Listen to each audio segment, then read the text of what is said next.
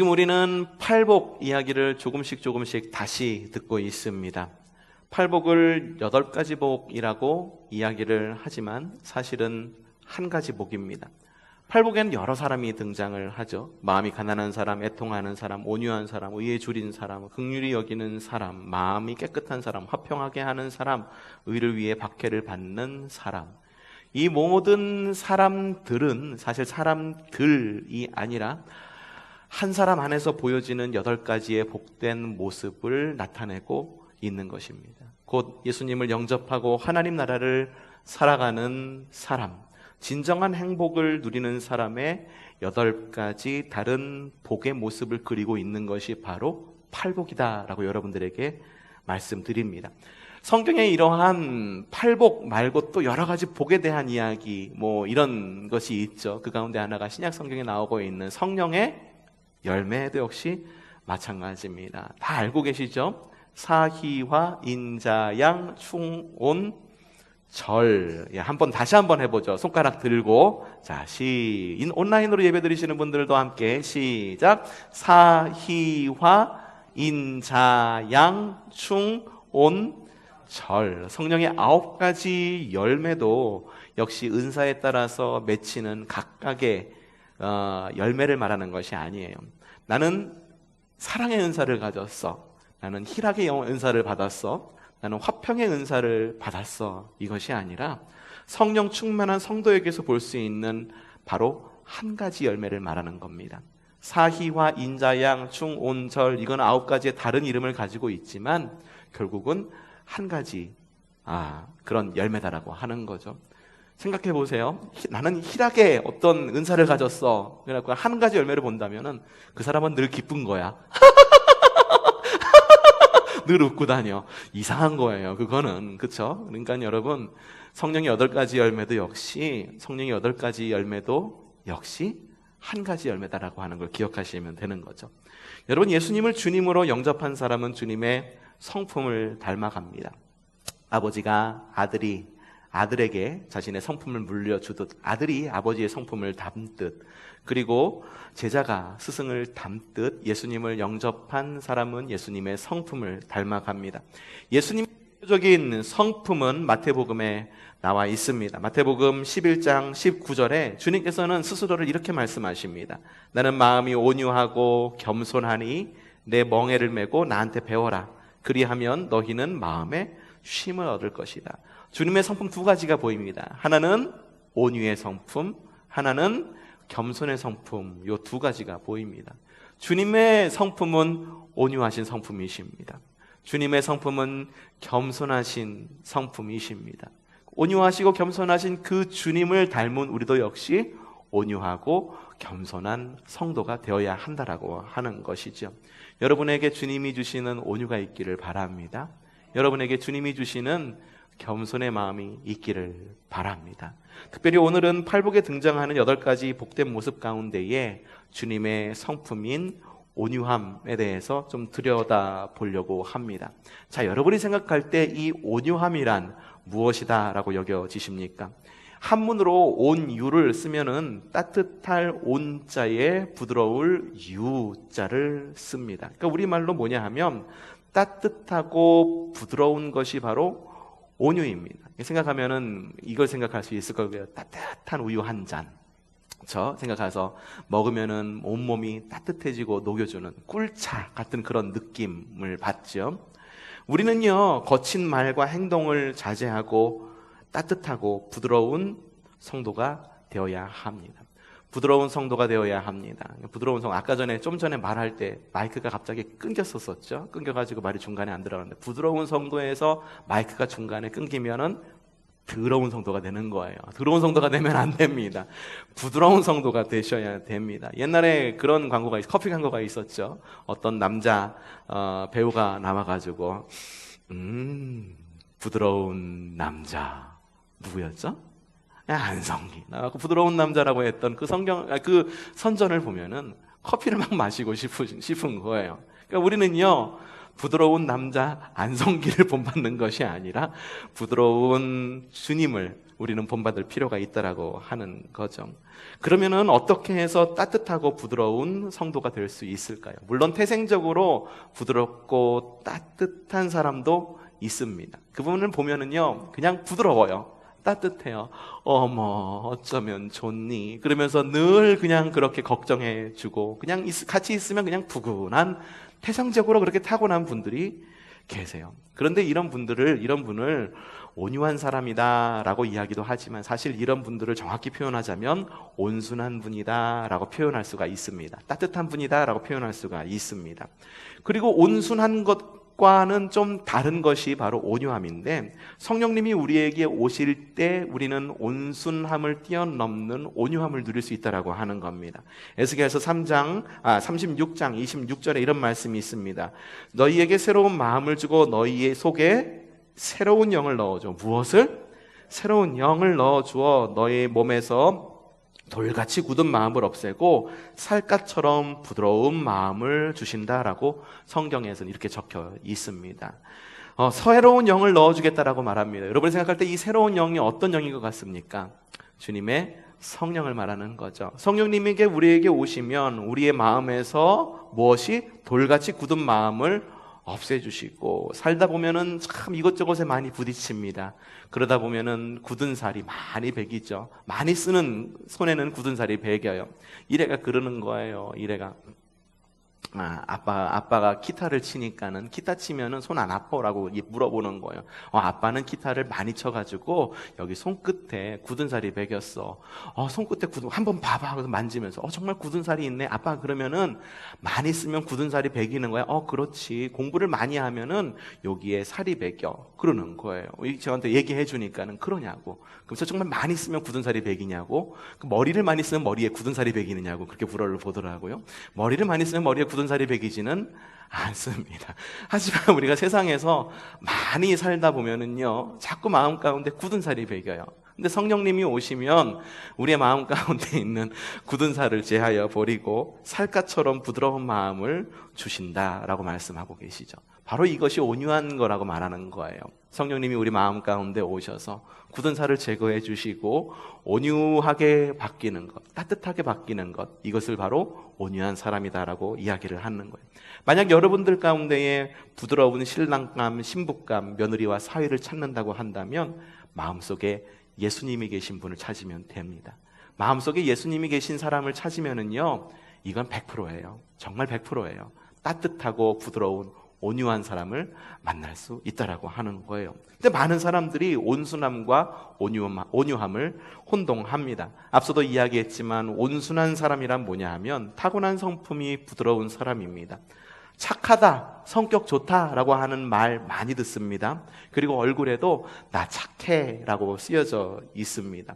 혹시 옆에 그런 분들 계신가요? 보기만 해도 그냥 나 착해라고 얼굴이 쓰여진 분.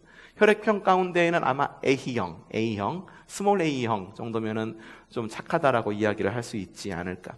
그럼에도 불구하고 한번 뚝심 부리면은 그 누구도 못 말리는 그런 사람들. 그렇죠? 온순한 사람들, 이걸 온순함이라고 이야기합니다. 하지만 오늘 말씀에 나타난 온유한 사람이란 타고난 성품은 여전히 남아있을지 모릅니다. 예수님을 믿기 전이나 후나 타고난 성품을 남아있을지 모르지만 예수님을 믿음으로 인해서 주님을 닮아가 따뜻하고 부드럽게 변화된 사람을 바로 온유한 사람이다라고 이야기를 합니다. 곧 온유한 사람은 어떤 사람이냐 하면 변화된 사람을 말하는 것입니다. 그러니 우리의 성품 가운데에 타고난 따뜻한 부드러움이 없다 하더라도 우리에게는 희망이 있습니다. 성령님이 내 마음에 오시면 우리는 온유한 사람이 될 수 있습니다. 근데 이 온유하다라고 이야기를 하니까 이 온유한 사람 역시 성품이 온순한 사람처럼 굉장히 뭔가 건드려도 좀 괜찮을 것 같고 괜히 못살게 굴어도 버럭거리지 않고 괜히 누군가에게 좀 욕을 먹어도 아무 말도 하지 않을 것만 같은 그런 무기력한 사람으로 여기는 경우가 종종 있다라고 하는 거죠. 근데 이 온유함이라고 하는 건 앞서서 우리가 파생된 한글에서 따뜻할 온 부드러울 유자에서 파생된 우리말을 보았을 때에 따뜻하고 부드러운 거를 말하지만 성경 안에 온유함이라고 하는 단어는 어디로부터 파생된 단어냐 하면은 온유란 단어는 가난하다, 고통받다, 훈련받다라고 하는 단어에서 파생된 단어가 바로 온유함이라고 하는 단어입니다. 또한 온유라고 하는 단어에서 파생된 단어도 또한 있습니다. 무엇이 파생됐느냐 하면 바로 겸손이라는 단어가 온유라는 단어에서 파생되었습니다. 그러니까 성경적인 온유함이란 무엇이냐 하면은 가난과 고통과 훈련이라는 고통스러운 상황 속에서도 겸손과 순종하는 그런 믿음의 사람이라고 하는 영적 의미를 담고 있다라고 하는 거죠. 그러니 온순함과 온유함은 다를 수밖에 없는 것입니다. 야생마 여러분들 보셨을 것입니다. 굉장히 자유로워 보이죠. 저 넓은 들판을 막 따그닥 하고 달리고 갈퀴가 막 뒤로 막 날리는 막 그런 야생마를 한번 여러분들 생각해 보시기를 바랍니다. 굉장히 자유로워 보이죠. 하지만 요걸 좀 바꿔서 생각한다고 한다면 자기 멋대로이고 굉장히 사납습니다. 그 누구도 다가가기 어렵습니다. 그 누군가가 다가가면은 이 거리면서 깨물기 좋고 뒷발질 해가지고선 사람들을 내동댕이 치는 것이 바로 야생마입니다. 그런데 이 야생마가 주인을 만납니다. 주인을 만나고 훈련되고 길들여지는 고통의 시간을 지나게 됩니다. 그리고 순종하는 법을 배웁니다. 야생마에게는 굉장히 고통스러운 시간일지도 모릅니다. 처음 겪는 일들을 겪는 것이고 그리고 생전 겪어보지 못했던 일을 경험하는 것이기 때문에 야생마에겐 굉장히 고통스러운 시간일지는 모르죠. 하지만 훈련되고 길들여지는 이 고통의 시간을 통하여 누구나 다가갈 수 있는 종마로 변신되는 것입니다. 이것이 바로 온유함이 담고 있는 주된 의미입니다. 온유함은 온순함과는 다릅니다. 타고난 성품이 착하고 온순한 것인가요? 아닙니다. 야생의 모습에서 고통스러운 훈련으로 길들여져서 주인의 명령을 따르는 것, 곧 겸손하여 순종하는 것, 그것이 바로 온유함이다라고 하는 거죠. 팔복에서 말하는 온유한 사람은 어떤 사람일까요? 앞에 있는 이야기들을 총종합해서 다시 한번 생각해 본다면 성경에서 말하는 온유한 사람이란 원래의 모습은 야생마 같습니다. 가시가 많아요. 쓴뿌리가 많아요. 그 누구도 참 다가가기 어려운 사람 같습니다. 그런데 예수님을 영접한 이후에 성령님이 그 안에 사니까, 그 성령님이 그 안에 내주하시니까 비록 힘든 그런 단련의 시간을 겪었지만 단련을 받아 주님의 성품을 닮아가 따뜻하고 부드럽게 변화된 사람이 바로 온유한 사람이다라고 하는 것이죠.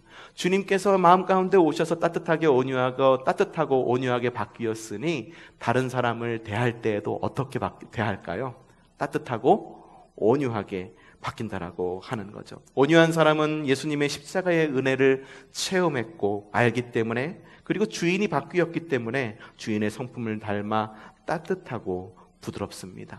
또한 내 뜻대로 살지 않고 주님 뜻대로 살아갑니다. 철저히 주님의 주되심을 믿고 고백하며 살아가려고 몸부림칩니다. 그도 그럴 것이 아직까지도 타고난 성품이 마음 가운데 남아있고 삶의 버릇으로 남아있기 때문에 주님께서 나와 함께 해주시지 않는다면 내가 어떻게 온유한 사람으로 살아갈 수 있겠습니까? 라고 하는 한숨과 그리고 회개와 그리고 뼈를 깎는 인내를 통하여 만들어지는 그런 성품이기 때문에 그런 사람은 굉장히 우리가 본받을 만한 사람이고 성경에서 말하는 온유한 사람이다라고 우리는 당연하게 이야기할 수 있는 것이죠.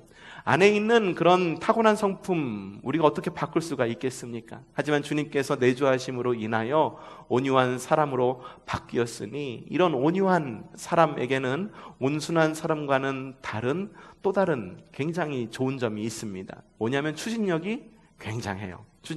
겉으로는 온유한 것 같아요. 허허허허 거리고 굉장히 좋은 것 같지만, 그리고 누군가가 이야기해도 속을 상하는 것 같지 않은 좋은 모습을 보고 있지만 늘 자신이 가지고 있는 안에 있는 이 뜨거운 그 무엇인가를 갖다가 늘 주님 안에서 늘 덮고 회개하며 살아가고 있기 때문에 그 추진력 하나하나는 정말 끝내주는 사람일 수 있다라고 하는 거예요.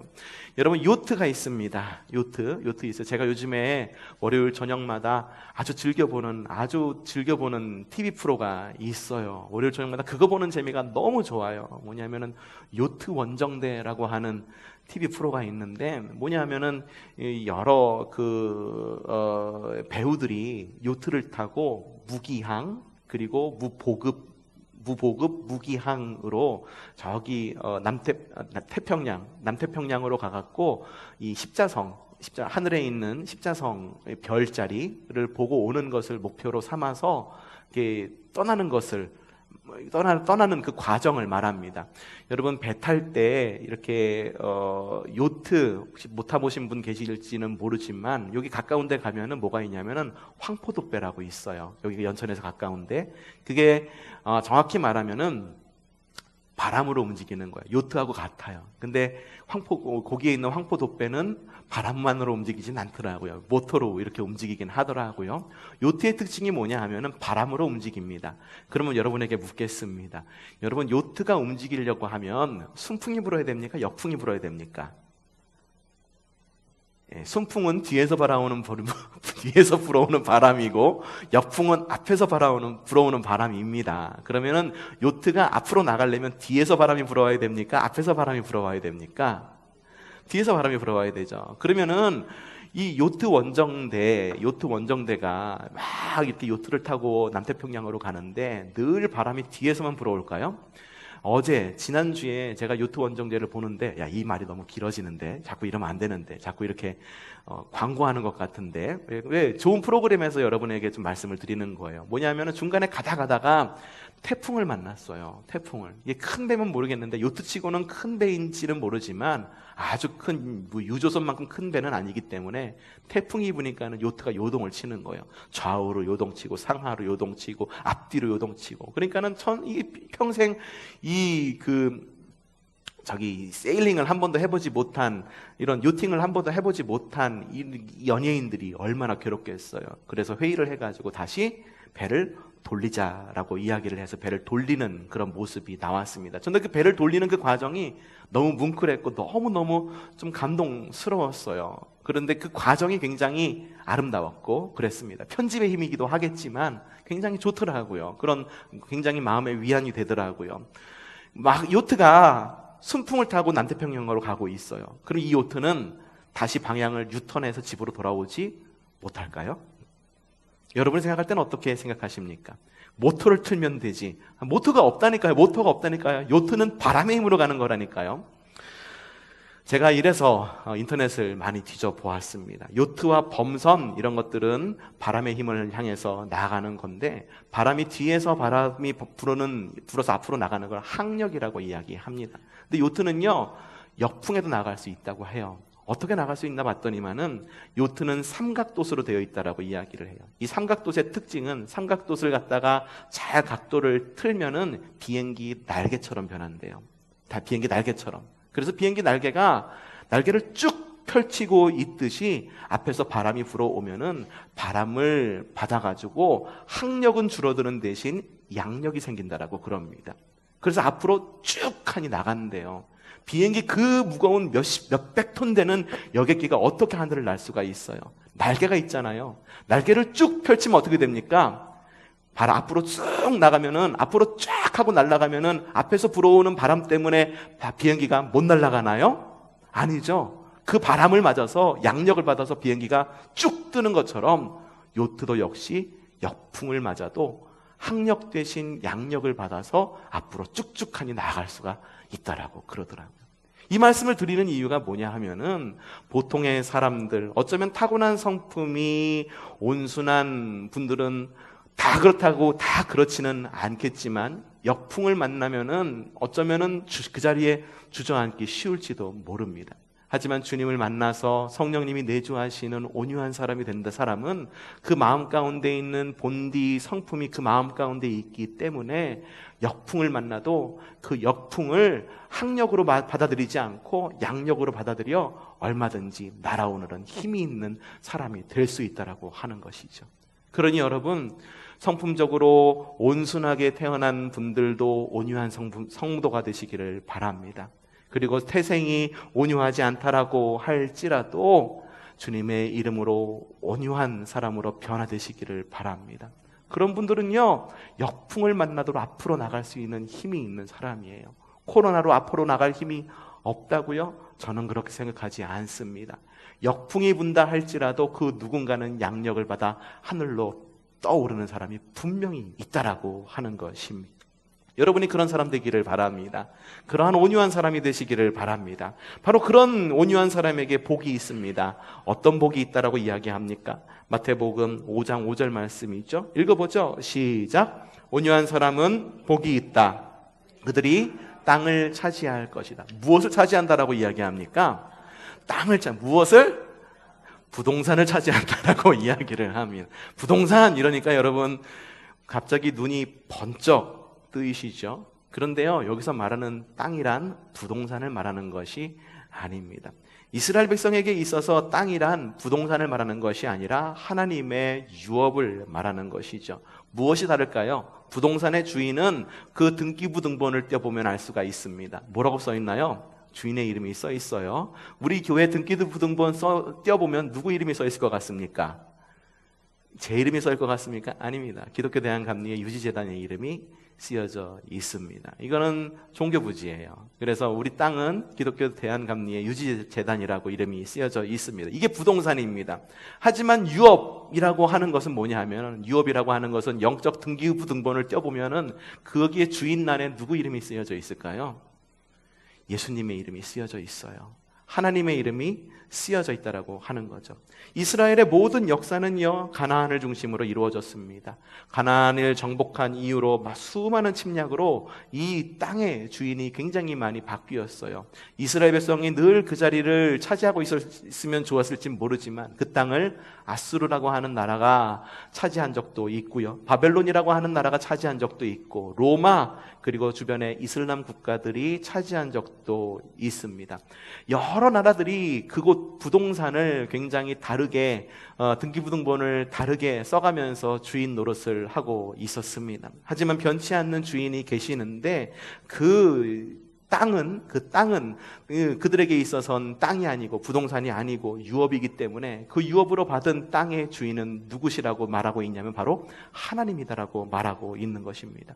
땅의 주인은 수도 없이 많이 바뀌었을 수도 있습니다. 하지만 주님은 변함없이 가나안 땅을 통치하고 계셨던 변치 않는 전지전능하신 분이셨다라고 하는 거죠.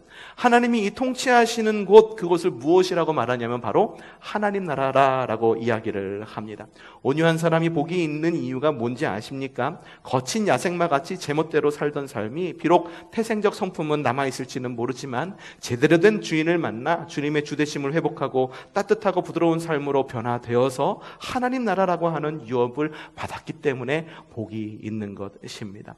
그러니 우리가 온유한 사람으로 하나님 나라를 살아갈 때 꼭 기억해야 되는 것이 있습니다. 뭐냐 하면, 하나님 내가 온유한 사람이에요 라고 말해서 모든 사람이 나에게 무엇이라고 말해서 다 참고 다 견디고 라고 말하는 것, 그것이 온유한 사람의 특징, 주된 특징을 말하는 것이 아니라, 온유한 사람의 주된 특징은 바로 하나님의 통치와 하나님의 마음, 하나님께서 통치하시니 내 마음 가운데 무엇이든 들어온다 할지라도 그것이 나의 마음을 주관하지 못한다라고 하는 주님의 통치하시는 그 마음임을 우리는 기억할 줄 알아야 됩니다.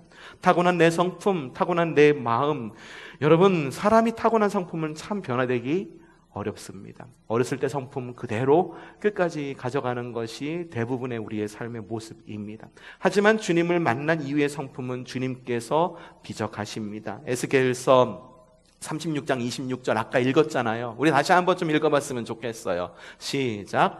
너희에게 새로운 마음을 주고 너희 속에 새로운 영을 넣어주며 너희 몸에서 돌같이 굳은 마음을 없애고 살갗처럼 부드러운 마음을 주시며, 하나님께서 우리의 굳은 마음을 제해 주십니다.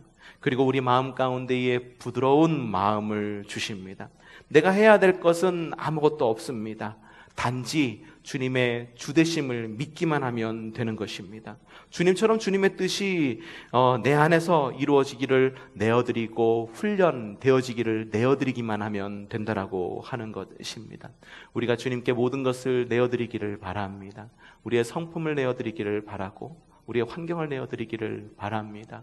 그리고 모일 수 없는 지금의 시대, 물론 많은 것이 풀려져서 지금은 그래도 어느 정도의 성도님들이 모일 수는 있지만 그래도 역시 아직까지는 비대면의 시대, 언택트의 시대라고 말하는 이 시대에 주님께 모든 것을 내어드림으로 인하여 이 시대에 역풍이 불어오니까 도무지 앞으로 나아갈 수 없어 라고 말하면서 한숨 푹 쉬는 성도가 아니라 주님의 주되심을 회복하여 주님께 훈련받아 온유한 사람으로 변화될 수 있는 믿음의 시간 되시기를 바랍니다.